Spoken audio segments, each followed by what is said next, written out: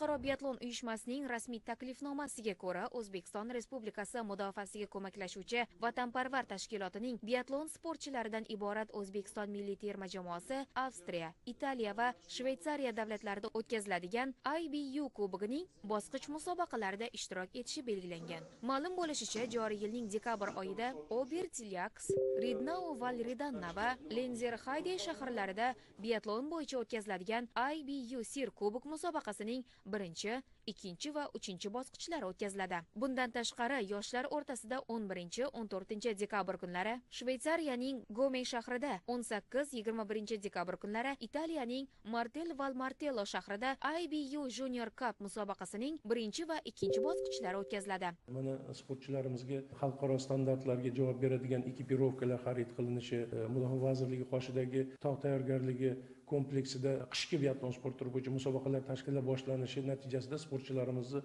natijalari ancha ko'tarila boshladi. Ushbu sport turlari bilan shug'ullanib kelayotgan tashkilot sportchilari doimiy ravishda nafaqat O'zbekiston, balki mustaqil davlatlar hamdo'stligi, Osiyo va jahon musobaqalarida ham yuqori o'rinlarni qo'lga kiritib kelmoqda.